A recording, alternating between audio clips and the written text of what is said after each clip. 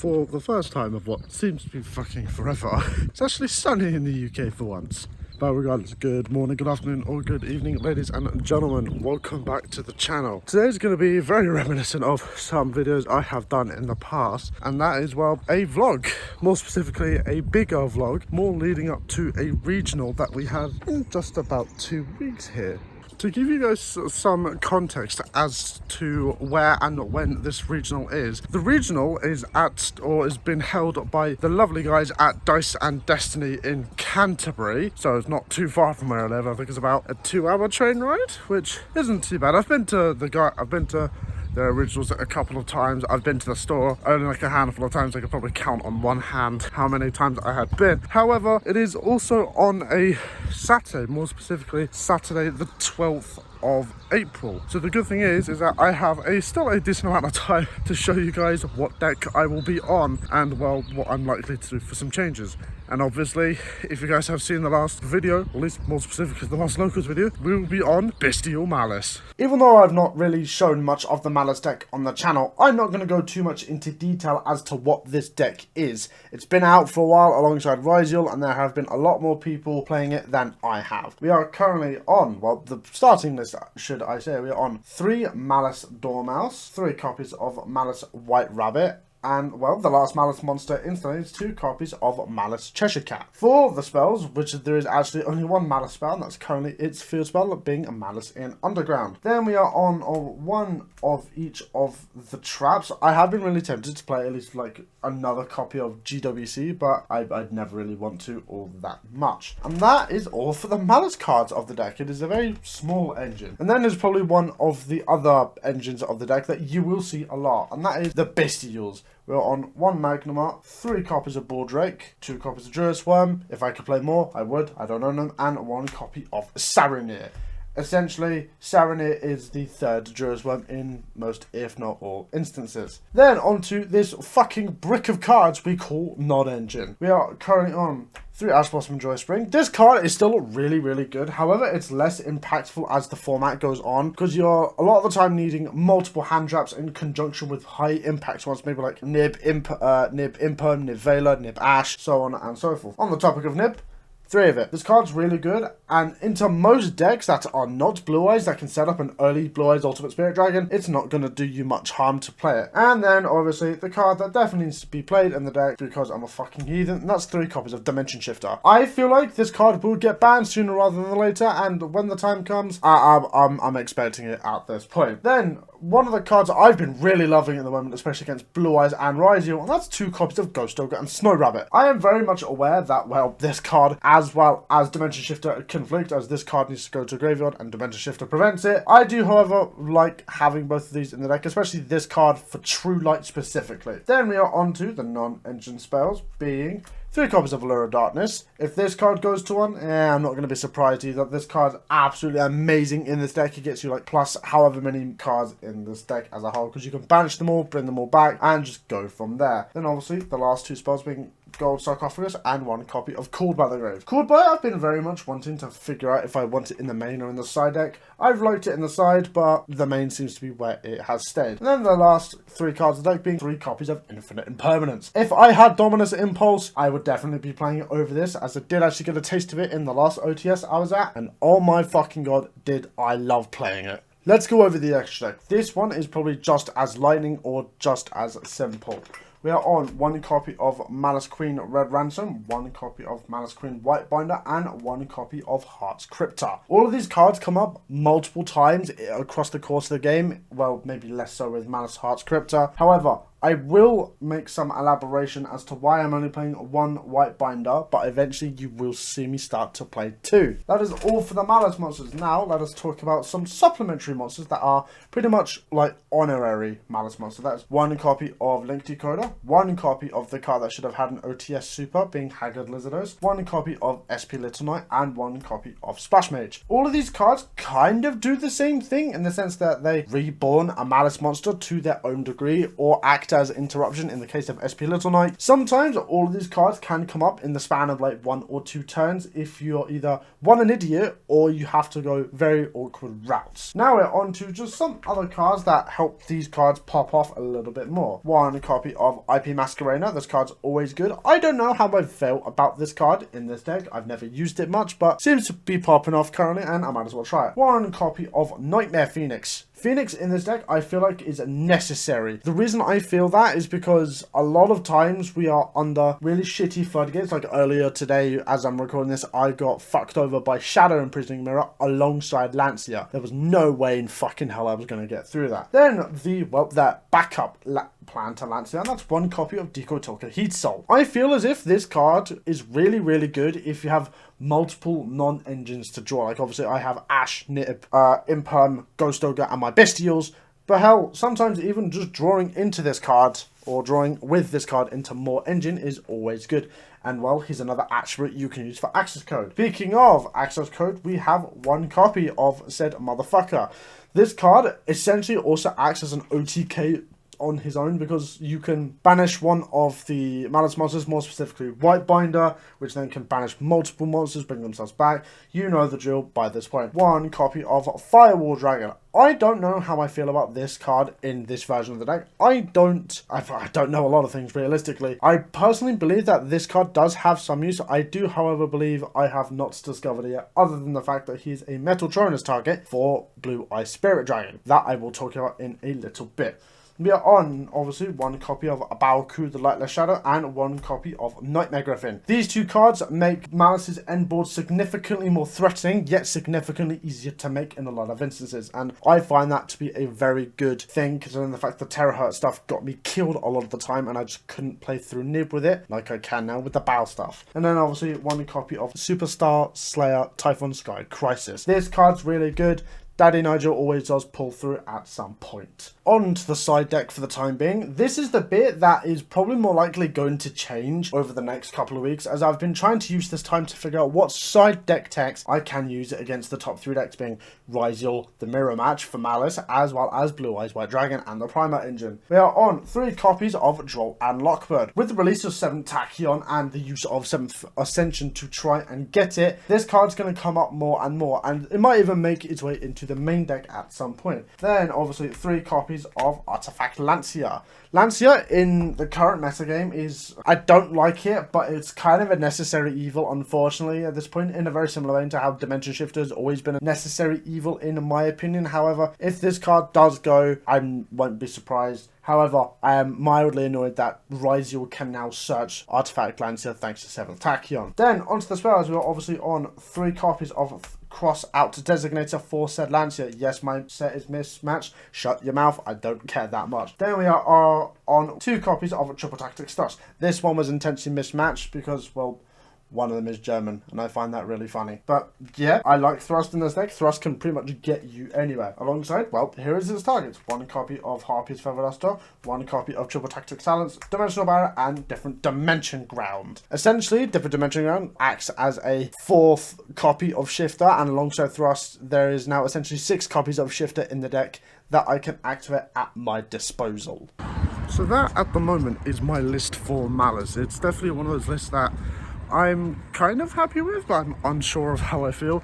More specifically, I'm unsure of how I feel about Shifter in the main deck, as I'm not really used to it. But it seems to be one of those cards that the more the deck gets played and the more other decks like Ryziel and Blue Eyes get played, it's going to be one of those cards that, if it's not banned, it's going to be played. In a very similar vein to Allure of Darkness being like one of the definitions of I'd like to go +5 in one fucking card. But yeah, we are currently on the way to our locals, more specifically the Thursday locals for Yu-Gi-Oh! Hopefully at some point we should be able to go to the Saturday locals as well. It will probably be later at some point. So yeah, let's get going.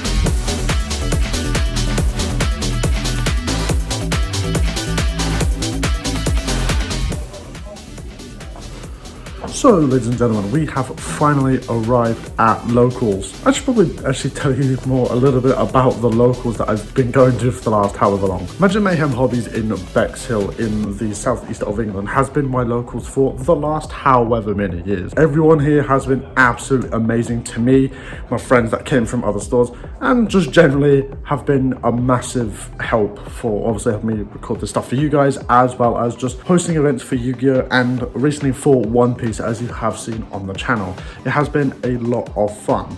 It is currently around 1:30 to 2 o'clock. I don't know the time specifically, I can't actually look. And we are here however many hours early. I normally like to get here early just to kind of chill out, go over some things, obviously record some stuff for you guys if I'm doing that. Definitely one of the things that I do while I'm just kind of sitting here waiting is obviously talk to everyone like Simon and Christy who own the store, as well as the helpers, some more of the locals. Locals start at around 6 o'clock in the evening, so I've got a long time. However, that does not mean that locals won't be packed, and hopefully that we actually should have a locals. Obviously, the last couple of times we have had Blue Eyes be kind of everywhere, and despite me knowing a lot about Blue Eyes because I played against it a couple times at the OTS that I went to recently that was actually here, I still believe that I have a lot more to learn.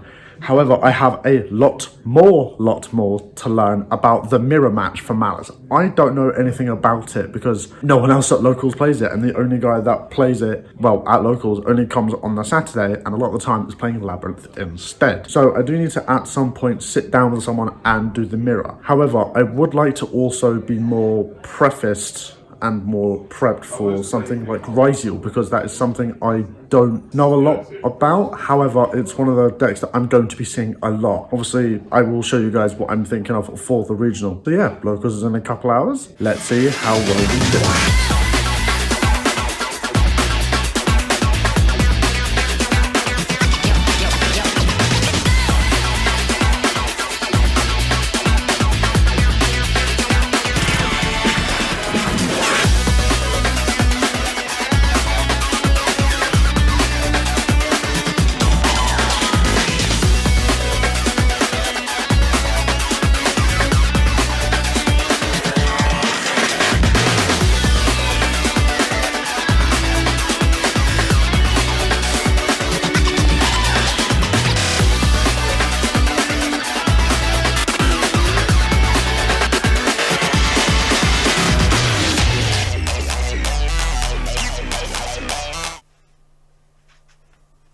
So, it has been a couple of days since the last clip at locals, and I finally get to sit down and talk with you guys about how I did, how I felt with the deck, and well, just some general things about the matches I had played in locals. It wasn't a big locals, unfortunately, only around 6 of us, so essentially it was just 3 rounds of Swiss. I'm always of the opinion that having a tournament setting allows me to become a better player, and well, allows me to understand my setting a little bit more. However, in round 1, I instantly found a problem that I keep forgetting about until I play the deck. Round 1 was against Pure Ryziel. The guy who I played against hadn't played in a long time and didn't particularly want to be filmed, as it, well, he felt really rusty. So you'll just have to listen to me yap for however many minutes and I'll recap it to you. Normally I wouldn't be too remiss about playing against Ryziel, as well, Metaltronus into Detonator is a lot of the time a GG's. But considering I took the card out of the deck and, well, a lot of my meta for the longest time was Blue Eyes White Dragon, I am kind of kicking myself for not having it. I did manage to win the dice roll and I opted to go first, and my hand looked kind of okay. We had a hand of White Rabbit, Allure of Darkness, Magnuma, Imperm, and Ashbottom and Joyous Spring. This hand can get me to bow and the rest of the setup, however it is very much fragile to hand traps and interruption. And what does my opponent do as his first action? He drops a main deck Mulchami Meows. The Mulchamis are a very weird thing for me, as I can play through Perulia and Fulos kind of okay. I'm still very much shaky on it, but like Lancia against this deck, Meows can end the turn if my opponent happens to draw more hand traps, and specifically in this instance if they happen to draw Nib. And considering this hand is not Nib proof at all, I was very worried about it. I start off by leading with Malice White Rabbit, activating her effect to set a Malice trap from the deck. However, my opponent changed Effect Veiler, which now kind of means we're sitting ducks. As much as I would like to activate the Allure of Darkness in my hand with the likelihood of me drawing a dark monster is quite high. If it was a Malice monster, I would likely tunnel vision into banishing it, summon it back, and then just kind of popping off and, well, giving my opponent more draws. And considering we're trying to avoid nib, that's not a particularly good idea. So I choose to do a lot worse, but a safer play, which looking back on it is fine, to be honest, but it definitely didn't help me in the long run. This happened to also be the reason why I'm putting Linger Rebuild back in the deck after not having it in there for a while. I very much need a second Link 1 in this deck,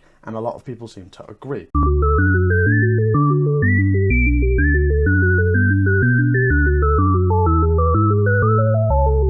I linked off the White Rabbit into a Link Decoder, which then gave me the Dark in my graveyard to summon out a Bestial Magnamar, which on resolution gave us a chain to build of chaining my Magnamar to search us a dragon during the end phase of the turn, and White Rabbit as chaining to pay 300 life points and summon herself back from the Banish Zone, which did net our opponent one draw. I then linked off the Link Decoder and the White Rabbit into an SP Little Knight. Realistically, I could have banished something from either of our graveyards or the field if we happen to have one, but there really wasn't anything I cared about, so I left it at that. I then set the imperm that we had in our hand and proceeded to the end phase, where I resolved Magnemut's effect to grabbing me a Druid Swarm to hopefully either net me some more advantage by banishing my White Rabbit again, or disrupting my opponent's graveyard with something like Eclipse Twins being there, because that card's fucking bullshit. So we ended on SP, a big body being obviously Magnamut, a Druid Swarm in hand, an Imperm, as well as an Ash. Not awful, but I definitely wish I could have done more, but I'm not that comfortable under the Morchamis, unfortunately. My opponent immediately starts his turn with the normal summon of an Ice Rhytiel,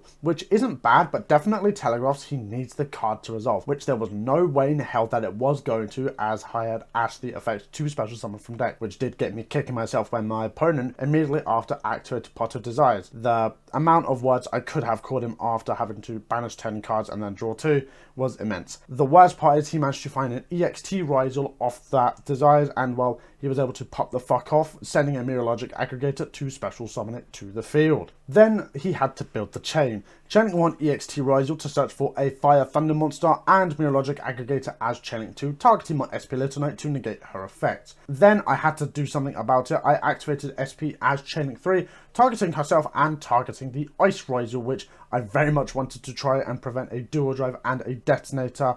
And, well, unfortunately that was not going to happen, as my opponent revealed to me the card they drew off of More Charming Meows was the chaining 4 as Ghost Ogre and Snow Rabbit. So I was pretty much left with just a Mag, an Imperm, and a Bestial Druid Swarm that was in my hand. And, well, they had a Sword Rysel that they added off of EXT. I had held my Imperm for this long, considering the fact I wanted to stop them from adding 2 cards off of Duo Drive, as I previously mentioned, but it didn't matter at all, as the next thing they do was overlay the 2 monsters for an early detonator, which then made this Imperm pretty much worthless, and very, very quickly after this it started to snowball. Before his battle phase, I was staring down a full Rysel board, and they managed to OTK me through a Mag, and, well, considering the fact I wanted to activate my Druid Swarm in the battle phase to try and banish one of his monsters to save myself, he just negates it with Cross, and we scoop up very quickly. For game 2, I decided to side in the 2 Triple Tactics Thrust and the Dimensional Barrier we had in the side deck, because, well, this deck does fall to D-Barrier as a whole, like most summon-centric decks. Taking out the 2 Ghost Ogre and Snow Rabbit, as well as the Bestial Saronir, I opted to go first to actually try and get somewhere this time, and the grip of cards I had this time around was absolutely fucking bonkers. Dormouse to Bestial's Allure, as well as a Call by the Grave. I started off with a normal summon of said Malice Dormouse and chose to activate its Ignition effect to banish a Malice monster from the deck. And that's when I hear the sentence, no responses, go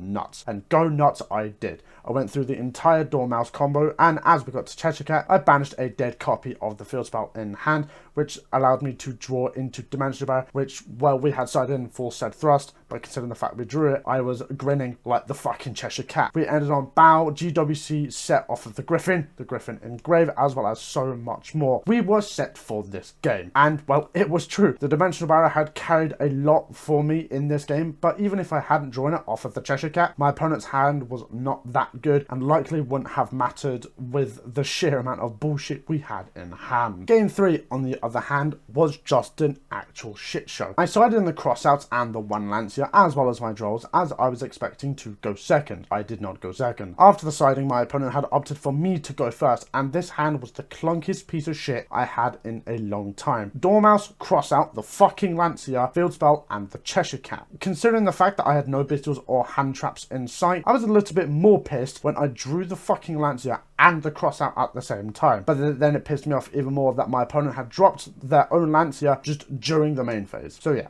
There was no way for me to win this, unfortunately, so we start with 0 wins and 1 loss at locals. Annoying start, sure, but we moved regardless. And round 2, I got the fucking bye. So annoyingly, well, this happens every now and again when we do have odd numbers, so I was stuck for 45 minutes doing literally fucking nothing. However, these buys are normally a pretty good time to go get something to eat as well as get a drink. Staying hydrated at any event, big or small, is always very helpful. And if you have the opportunity to get food, getting something to eat is definitely just as important. And the final round, round 3, was against pure Blue Eyes. So no primate engine and no bullshit. And oh my god, this game was not fair at all. Both games, my opponent unfortunately bricked on things like 3 hand traps and cards that just didn't do anything on their own, like Mausoleum and Majesty of the White Dragon. While I, on the other hand, seemed to open Dimension Shifter like it's my fucking job and some sort of decent combo to get me the job done. We ended on a 2-1 record at locals, which is about average for me, but regardless, as our OTS pack, I hoped to get an Ultimate Rare, and I didn't. I'm mainly looking for the Ultimate Rare Stellar Hat Rabbit and Sage with Eyes of Blue. It was a fine locals as a whole, but I definitely need to do some changes for the regional, and I'm glad I realized it now and not the week or couple days before. On the topic of it, let's talk about the list I already have going for the regional. So ladies and gentlemen,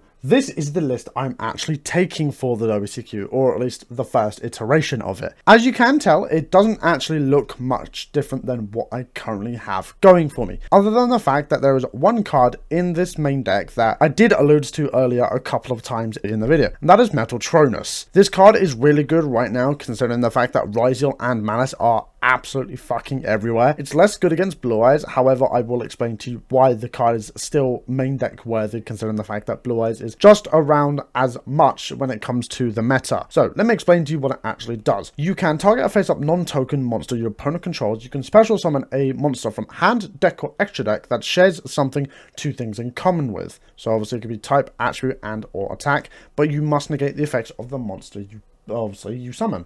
However, you will also negate the targeted monster's effects. Then, if you happen to summon something with the same name, you banish both of them face down. So this card's really good, especially if you have targets or an extra deck that's lenient enough that you are allowed to actually play some targets. And as you can tell, I am playing the second white binder in this version of the deck, as well as a copy of Ryziel Detonator. I really like Metaltronus, as it also kind of does help out when it comes to things obviously like Bestials. You can literally go for, or at least in this case, you can Metaltronus target mag, I can summon my own and then banish both of them face down, so essentially they're lacking one Bestial. The same with Druid Worms, the same with Bulldrake. It's pretty much the same with any card that this deck plays. And well, Metaltronus is really good into mirror matches a lot of the time, especially if you're planning on playing a lot of them. I did allude to that this card is not as good into Blue Eyes, but it does have some application. Currently, the only reason I have Firewall Dragon in the deck is that, well, it is a kind of a Metaltronus target for Blue Eyes Spirit Dragon. And realistically, there are probably some lines with it that I do know was in the Terahertz version, but I don't know in the Bow and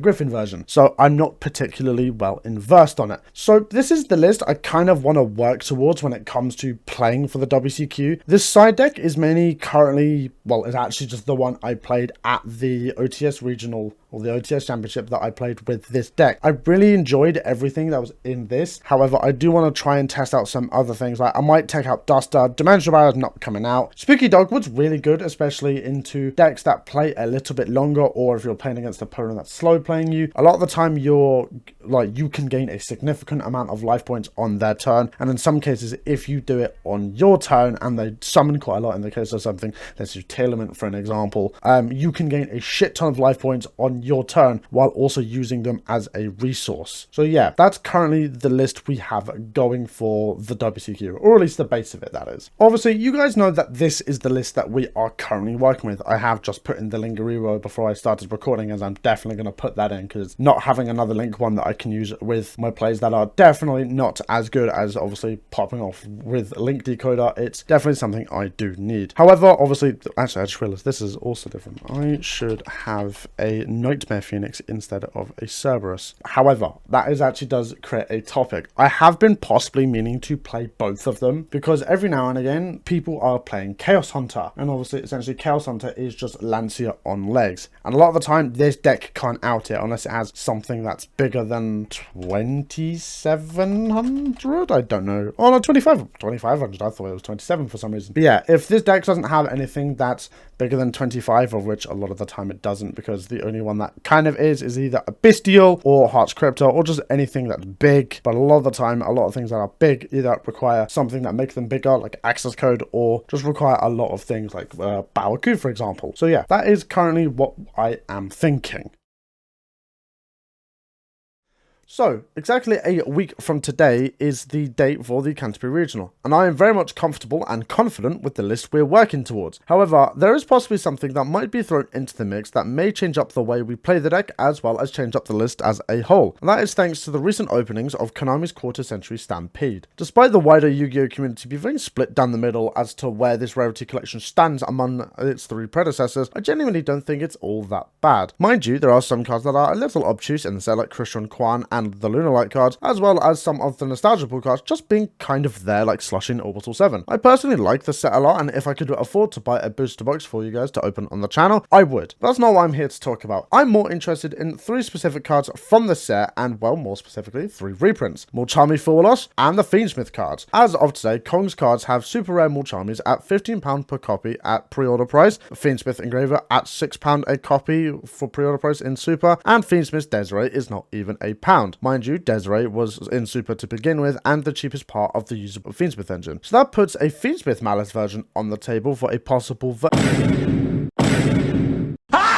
Looks like we're sticking with a pure Malice and Bestials for now. However, Fuelos, on the other hand, it seems a lot more doable. A playset on pre-order only costs me about the same as the current spiked price as one Fiendsmith Tract. However, there are two problems with having Fuelos in the deck and getting it just before the regional. The first one being simply that even if I were to order the cards at the beginning of the week, I'm unsure if they will actually turn up at my house in time before the regional, considering the set officially releases 2 days before it. I'm also unsure if the UK Postal Service can actually do their job efficiently half the time. The other thing, and well, the bigger issue I feel like, is, well, being comfortable with them as a whole. I said this earlier in the video that I wasn't entirely comfortable with playing under the Mulchamis all that much. Even though playing under the effects and actually activating the cards are two entirely different things, I'm honest in saying that I don't believe I have a good enough understanding of how the cards work, as well as how to use them efficiently against my opponent to get me the most advantage. That being said though, even though I'm very much assured that the Mulchis wouldn't arrive on time even if I happened to order them literally on the Monday as I had previously said, I still decided to go ahead and actually make a list for the regional if we happen to have the Mulchis in the deck, and obviously on screen this is what you are seeing.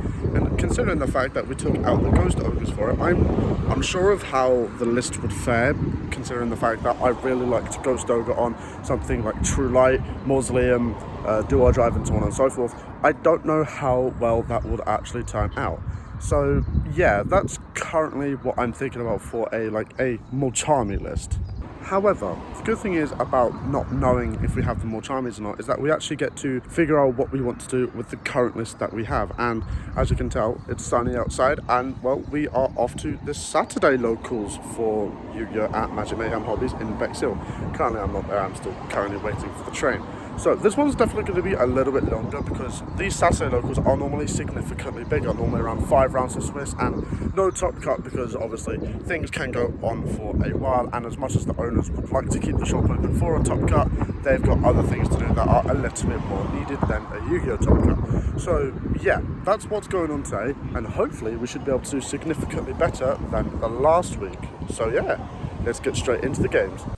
So that, ladies and gentlemen, is today's locals, and well, obviously you probably won't have seen much of it because considering the fact that my phone actually got very much full of storage halfway through recording a match, and well, even though the match was finished, it didn't look all that good. to me as well, my tripod just decided to fucking kind of give out. And like I said earlier in the video, it was 5 rounds of Swiss, no top cut, and well, it was very much one of these locals where it was tiring, but very much fun to play. So I'll quickly rapid fire off all the rounds that we had done.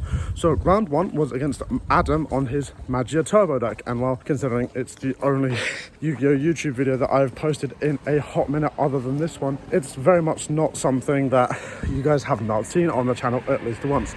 So very much I will just tell you, Shifter won me this game pretty fucking easy, especially game 1. I managed to get to it, and well, he had the combo for Magia but couldn't do it because it requires his graveyard. Game 2 he lanced me and I couldn't push through blue ice board. I can't English. And game 3, despite us drawing a very weird brick hand, and even though I was able to have the cross out for Lancia, Adam fucking double Lancias me because he went Lancia, I chained cross out, he then changed the second Lancia because it's not once per turn because fuck old cards I guess. But considering the fact that I had Nib, I managed to draw into Thrust on my turn and well, very much be able to set the DDG that I had sided in, and it kind of scooped it up from there pretty easily. So yeah, game 1, we were 1-0 at locals. Round 2 was against a deck I've not seen played very much anymore, or well, I don't see it played at all actually, and that's pure Memento. It's one of these decks that I feel like does everything or does absolutely nothing. Well, like most Yu-Gi-Oh decks to be honest. And well, the guy who was playing it, obviously he hadn't played in a while, so he was very much rusty, and well, I was shaky on a lot of the plays I did. I misplayed a lot, and well, considering the fact that every single time he activated his Memento Gatic in grave, I had a Bestial for it, it never really mattered all that much. So we were 2-0 at locals. Round 3 was against Primo Blue Eyes, a deck I have played against a fair amount and know how to play against, but sometimes you just don't have anything you need. And this was one of those matches where I managed to Shifter him game 1 and it kind of did win me the game from there. But the next 2 games, either he misplayed but still managed to claw back, or I misplayed and wasn't able to do anything at all. So a little bit annoying, should I say, but it was our first loss. But I wasn't going to complain, the games were fun, and well, considering one of the games I managed to open 3 fucking Bestials, so I won't complain all that much. And round 4 was definitely one against one of the decks I have not seen very much of, but I've heard a lot about. That's the Odeon deck, more specifically the Fiendsmith Odeon deck. And well, simply put, it seems to do quite a lot, and it seems to be quite fun to play and to play against. It doesn't seem to do inherently anything bullshit, but this is where that clinky hand kind of fucked me over, and well, unfortunately I wasn't able to get anywhere with it, as I always seem to draw like abundance of hand traps, and well, I also don't particularly know how to play into the deck all that well, so it's going to be one of those things where I think that would come with time on how I learn. But we are now 2-2 at locals. And finally, in round 5 was against Danger Darkquad.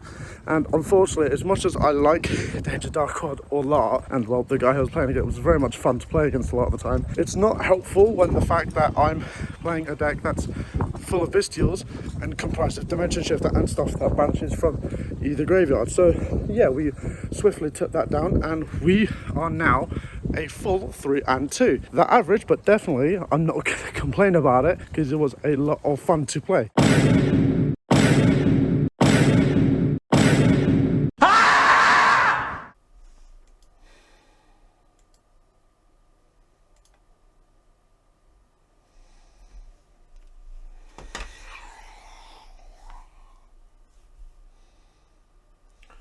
Looks like we've got some work to do then.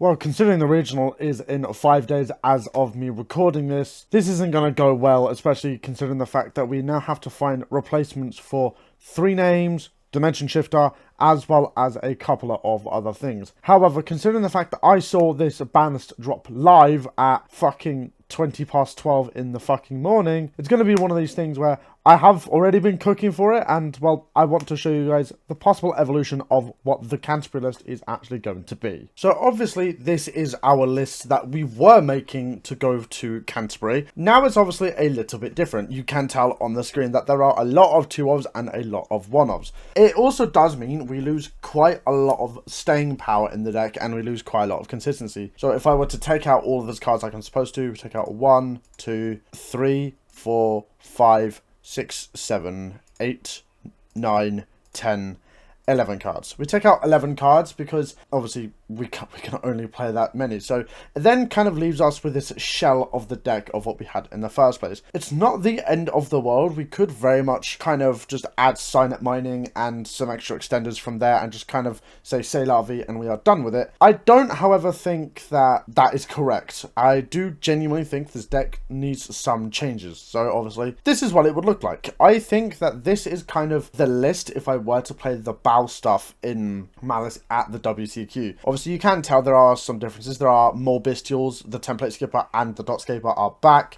Signet mining is in the deck because Allure of Darkness doesn't go as hard anymore, as you only have 6 names to banish, and a lot of the time you don't want to banish your now one of Mag and Druisworm, or really your template skipper for that matter, which then also means that this extra deck becomes a lot looser because there's not a lot you can commit to, because there's just not a lot to commit to now. Obviously we don't have the link decoder, we don't have the Nightmare Griffin. The problem I now have with the bow package is that Nightmare Griffin made a bow significantly easier to summon because it required just a fiend monster, and you could easily make a Nightmare Griffin to set back your GWC that you'd used in the combo for obviously to then make Nightmare Griffin, make bow, and then in your opponent's turn, use bow to summon it back. But now that's kind of not the case. You're more likely to have to make a Nightmare Phoenix or a Nightmare Cerberus, depending on what your matchup is like, to then make bow, and then not really get any more value other than maybe even drawing a card. Sometimes that draw can make the difference. However, I don't really think that that's actually enough, if I'm entirely honest. So I decided in my infinite wisdom to kind of bite my tongue and go back to the Terahertz version. The Terahertz version is definitely a lot more streamlined, I would suppose. It allows you to do a lot more in this deck as a whole, and the problem is that this deck now plays into Nib significantly more than it did already, because you then have to try and find bestials or an extender, or in my case the one I've crossed out, and I don't think this deck's going to be very much Nib proof than it used to be, and playing through Nib is going to be significantly harder, as well as playing around it. Obviously you can tell by the extra deck we are back on the Neo Tempest Terahertz, the Aggregator and the D-Save one. I have managed to squeeze in the Metaltronus package alongside this, as well as a Typhon. It's one of these things where I feel like this is going to be kind of the extra deck from now on until the actual event itself.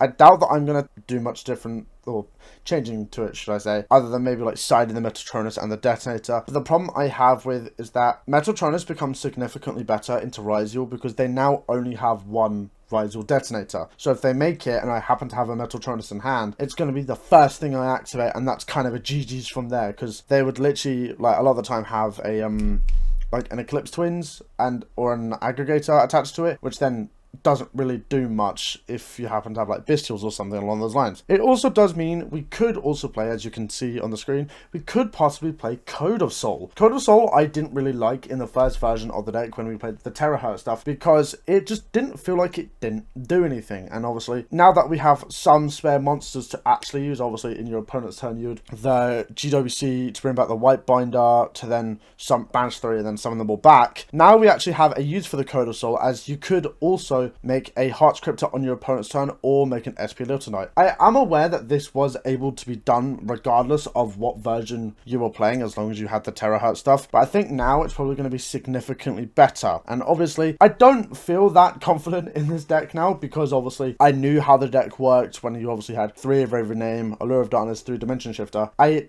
now need to actually sit down and what feels like relearning a new deck, which sometimes is fun, but it's definitely a fucking headache. So considering the fact that we're still in the early stages of any ban list, a lot of people are coping on, obviously, as you can tell, as on something like MathMech. Obviously, we have MathMech Circular at 1 as of, well, the 7th, which is today as I'm recording this. So a lot of people are actually coping on using like the MathMech stuff to actually get you places where you need to go. So obviously using Circular, Diameter, Sigma, Subtraction, Equation, and the Superfactorial on your opponent's turn, as well as the 2 Exceeds monsters, as well as Firewall Dragon Singularity. I don't think I like this all that much, because the problem I have with it is that it has a lot of bricks that essentially don't do anything if you can't stick a body or have a link monster, and especially with something like Parallel Exceed, that really good because it obviously summons itself and then summons another one from the deck. But like if your monster happens to get Ghost Ogred for whatever reason, or just removed in any way, shape or form, it can't summon at all because there's no zone to it left. And even though it's been marked as summon, very much like Psyframe Gear Gamma a while ago,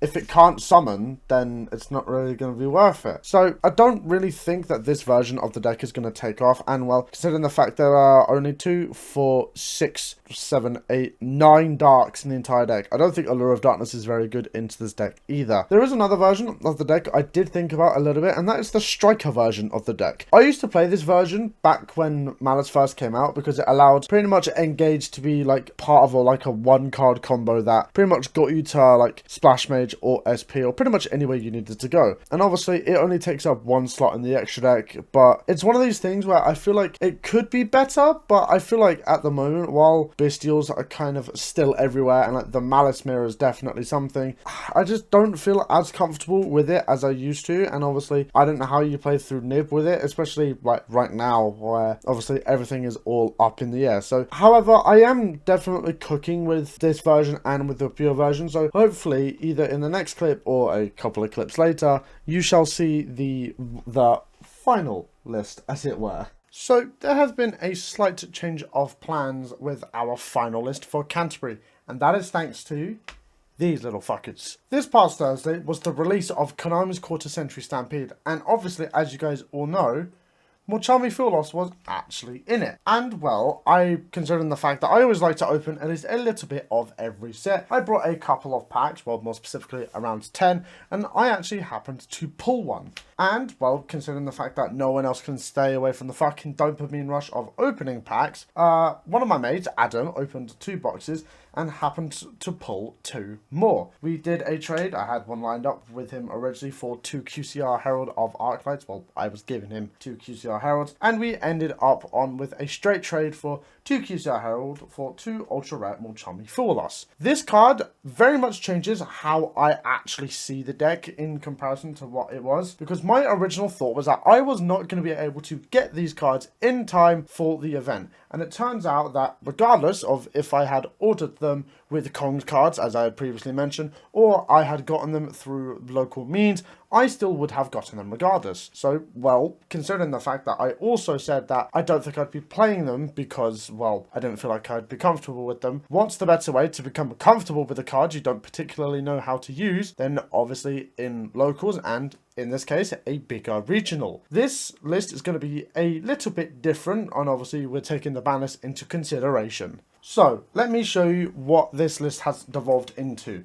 I very much remember saying that I also was going to test pretty much all of the versions that were available to me. So the Bestial version, the Sky Striker version, and the Mathmech version. I did test them all on the YGO Omega ladder, and it turns out that the Bestial version seems to be the best fitting for the deck. So that's what I went with, and well, it was the closest to the list I was already building towards. So let me show you what we got. So we're on 2 copies of Malice P White Rabbit, as well as 2 copies of Malice P Dormouse. Obviously, these 2 cards being semi-limited does hurt the consistency of the deck a fair amount, but it is still very much playable and still very much a good deck. Then we are on one of the few cards that actually got bumped up in the new deck, or in the new version of the deck, and that's 3 copies of Malice P Cheshire Cat. Cheshire Cat is now kind of a pseudo 1-card combo in the sense that using itself and a Bestial, you can still kind of do the same thing as what you could do with, with the original Dormouse combo. We are then on 2 copies of the Field Spell as well. It is semi-limited as well for some godforsaken reason. And then we are on 1 of each trap still. I genuinely still believe that these traps are very good, and TB11 and GWC06 you could easily play more copies of, but I would need to test them out a little bit more. So that is it for the Malice monsters of the deck. Now we are on to the kind of the supplementary engine of the deck, and the one that's been here since the very beginning, and that are the Bestials. We are on 1 copy of Bestial Rebellion, 1 copy of Magnuma, and 1 copy of the newly limited Druisworm. All of these cards kind of function as the same thing to get you to other Bestials, or provide yourself a body to find multiple ways to get to where you need to go. And well, considering the fact that we now only have 3 Bestials here, we now need to have more Bestials in other places.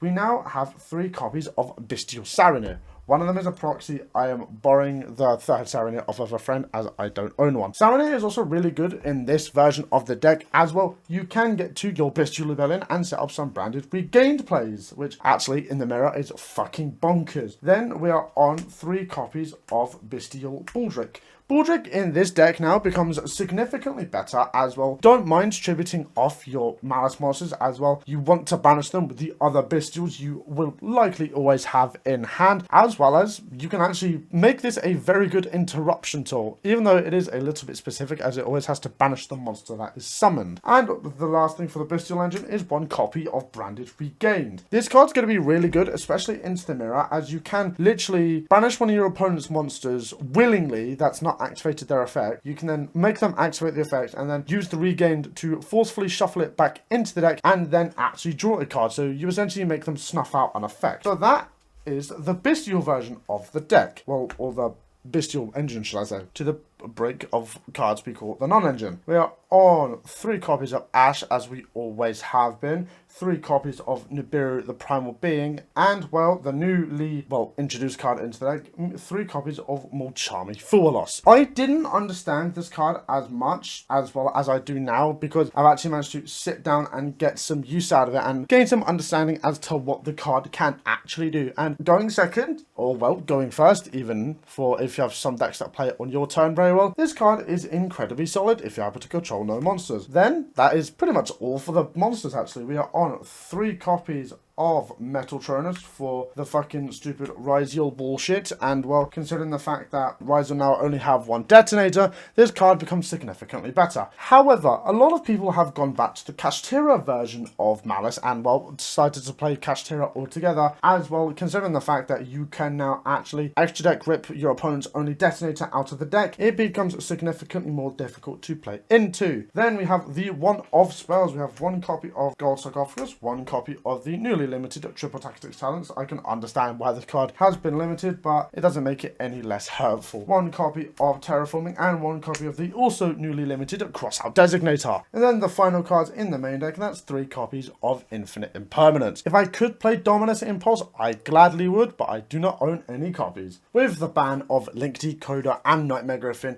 the deck has, well, gone through some changes and, well, we do actually need to try and figure out a way to make a decent sized board, and well, make a decent sized board we still can do. So we are on 1 copy of Malice Queen Red Ransom. This isn't likely to change at all because you're only going to resolve this effect like once or twice, and the only time that might change is that if my opponent's gone first and they have simply just got a Kashtira Unicorn and they're going to rip it out and I don't have any terraformings. Does suck a little bit when that happens, but it is what it is. Then we are on 2 copies of Malice Queen Whitebinder. Whitebinder has always been one of the cards I have definitely wanted to play from the very beginning, especially at 2, especially at a regional where a lot of people are going to be playing the same deck. And well, my original thought for this was that I was just going to play it exclusively as a Metal Turners target, but now after the last locals, it actually came up as just like the second version of the card.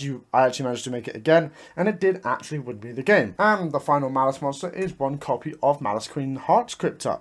This is also another card I was tempted to play 2 of, because while on the YGO Omega ladder, I did actually get it ripped out of my extra deck. Luckily enough, I still managed to win that game, but it still made things a little bit more difficult. Now, on to the other Cyburst monsters, or the other Link monsters in general.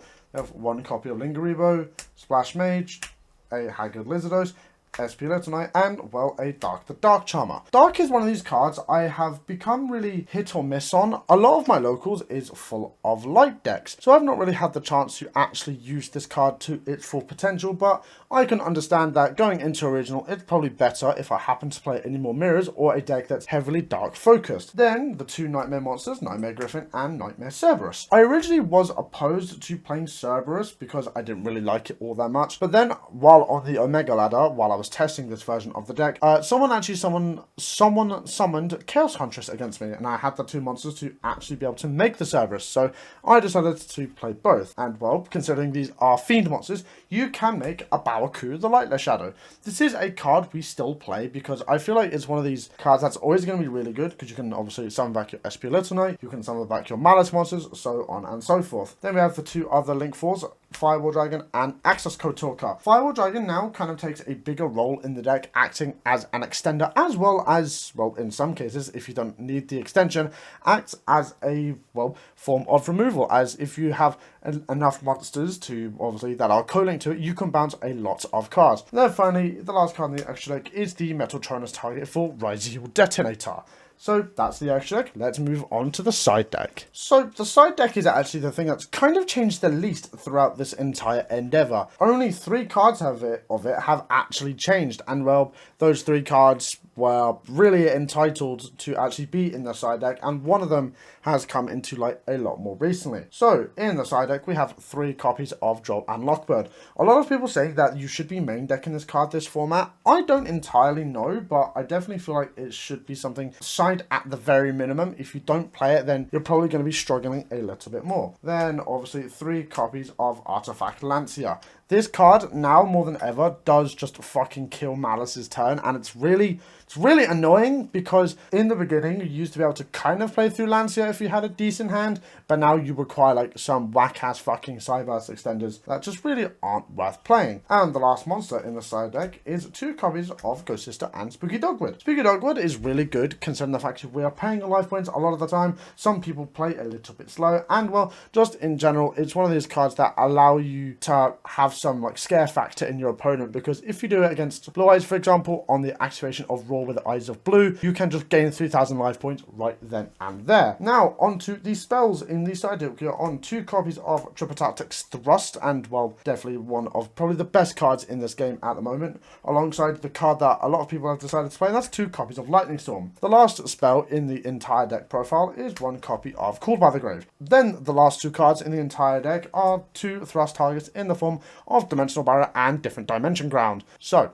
that's the deck we are taking for Canterbury. And that, ladies and gentlemen, is the final list for the Dice and Destiny WCQ. Despite my initial lack of confidence, this deck still can perform very, very well and can almost do what it used to. However, it does suffer from the lack of consistency, as well the lack of any archetypal extenders or any just, well, generically good extenders as a whole that are either not bestials or require any bricks like the Mathmate cards, or require any banishing. Well, at least until Alliance Insight with the Technista cards. And, well, as a whole, I'm happy with how the list turned out, and I would like to thank those who helped me through the process of testing, as well as cooking with the pre-ban list version and the post-ban list version. That being said, ladies and gentlemen, let's get some fucking sleep, and I shall see you guys tomorrow.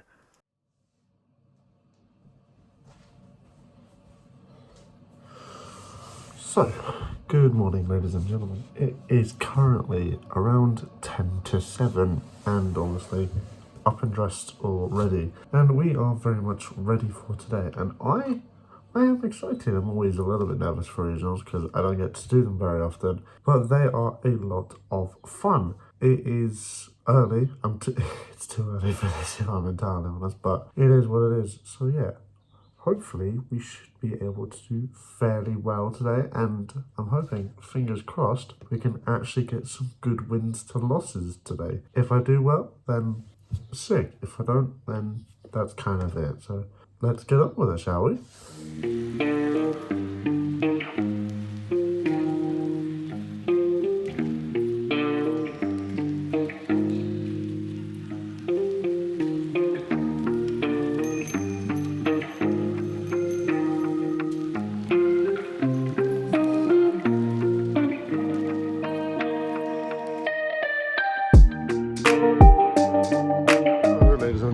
We have finally arrived. So after about an hour and a bit on the train, we have finally arrived in the lovely city of Canterbury, more specifically at Canterbury West train station. So considering the fact the event technically doesn't start until 10 and the venue doesn't open until 11, I am here rather early in comparison. I've got about half an hour to kill, and what a better way to kill some time. Go grab some breakfast. Might as well go McDonald's breakfast, why not? Alrighty, ladies and gentlemen, got the McMuffin because I don't need a drink. I've just had a Monster and I've got a massive fuck off bottle of juice. So let's just head straight to the venue. And after getting some levels of loss, because I can never remember my way around Canterbury, we have finally arrived. So, ladies and gentlemen, we have obviously arrived. As you can hear, probably, there is a lot of people here already. I've been signed up. I need to give them my deck list at some point when the registration starts in about 3 minutes here, actually, as I'm recording this. I'm allowed to look at the time on the projector. And, well, hopefully, we should have a very good time here. There's already a lot of nice people here. Definitely seen some friends that I've already seen at other regionals.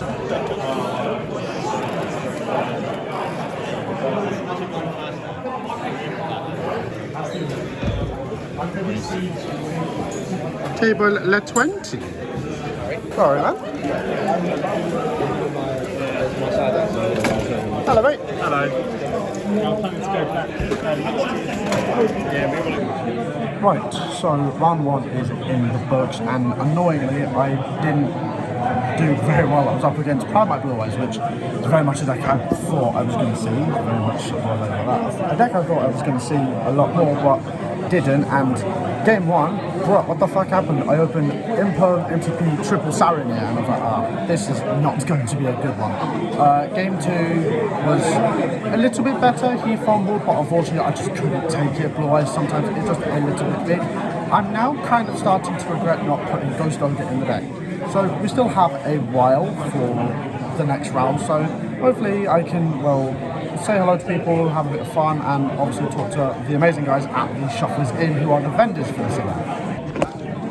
And unfortunately the losses keep coming. Round two, we were against Castera Crystron, and not a deck I've played against a lot, and it just doesn't, like, at the moment I'm currently a little bit worried about how the deck is going to perform, or how the deck has been performing, considering on the ladder it wasn't too bad. But we've still got a couple more rounds ahead of us. Well, actually we've got 5 more rounds if I don't decide to drop. But yeah, we very much need to win the next however many rounds before I just decide to drop and just kind of leave it at that. And round 3, we actually managed to do something for once. I was against one of the locals, Nathaniel, on Fiendsmith Castera Odeon, which I very much, it was a weird game, but it was something I managed to take down, so I'm very happy with it. So we are still in it to win it. I'm probably still going to, because there's only 7 rounds of Swiss this time around, I'm probably going to stick on just playing all of it and kind of going from there. So yeah, move on to round 4. Many hours later. And the day just seemed to just vanish out of nothing, considering the fact that the last clip was at like 1 o'clock. It is now actually closer towards 7 o'clock. So we have been here in Canterbury for a while. And unfortunately, my record didn't particularly get much better. I ended on a record of, I think it was 5-2, honestly. More specifically, 5 losses and 2 wins. As much as I would have liked to have done better, unfortunately, I feel like I wasn't prepared enough for what was about to obviously happen and so on, and I'm just going to quickly chat to you guys about it before we go home. So round 4 was against Azmir Fiendsmith White Forest, and that's always going to be one of those decks that I actually really like to play and to play against. There's always a lot of points of interaction, very few like bullshit things, but it always seems to be quite fun. Unfortunately, we did not take that down. We actually lost in time, so we went down to 2 wins and 2 losses by round 4. Both round 5 and round 6 were against Blue Eyes. And so, Editor Carl here. I actually got my own record and this last explanation a little bit wrong. I actually went 5-3. Round 5 was against Blue Eyes, as well, that was technically true. But round 6 had a bit of a cock-up. My opponent didn't show up, but I also played the wrong game, as I actually had misread the sheet for the pairings.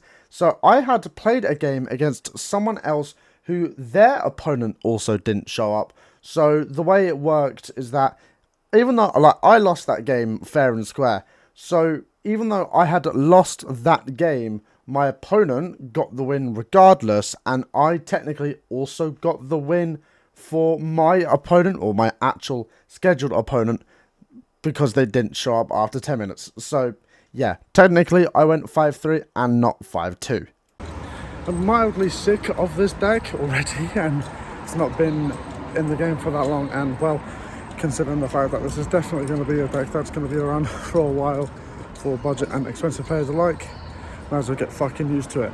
And this deck in particular is the main reason why I kind of regret taking out Ogre. And the 7th and final round was against probably one of my favourite decks of all time. That's Vanquish Soul. It's not a deck I've premiered much on the channel, even in the past, or even said about, even though I was going to make a video on it ages and ages ago. But it's one of these things where, like, it's such a rogue deck, and even with the support it comes out, I don't know how to side into it. So yeah, we ended on the record of 5 losses and 2 wins throughout the entire event. So after over 12 hours of being awake, at least 3 of them travelling to and from Canterbury, we have finally finished out the day. And unfortunately, I'm rather disappointed with how the day turned out for us, more specifically when it comes to the actual playing of the game. Well, we had a 2-win and 5-loss record at the end of round 7, and I wanted to do a lot better. But unfortunately, there was one thing that I did not take into consideration, and that was, well, how different the format was actually going to be. I played at least 3 fucking Blue Eyes at that event. I played a lot of Kashtira, and, well, it just as a whole wasn't the event for me to take Malice to. At least it feels like that in hindsight. There were a lot of things that I genuinely believe I probably should have done. For example, the hand trap lineup. I didn't see Nib once at all, and it never made an impact in the deck whatsoever. Molchami, I seemed to be fucking elusive throughout the rest of the day, and Ghost Ogre would have been the MVP against so many matches against Blue Eyes. Even the Crystron player that, well, obviously that deck relies on continuous spells, and it just feels like I didn't make the right call, and I am rather disappointed in myself that I went into this event with confidence, but unfortunately I kind of had that confidence shattered. But there is always a next time, and that is probably the best thing about Yu-Gi-Oh! Is that you will always be able to learn from your mistakes, as well as just, well, keep plodding along and continue playing the game. However, for the time being, this will be the end of the road for Malice on the channel, because I want to wait for the new support in Alliance Insight, as well as the backup at Ignista, and some of the other cards, for the deck, especially in its purest form, to thrive, as it seems to be that the Fiendsmith version, as well as the Kashtira version, seem to be the better versions.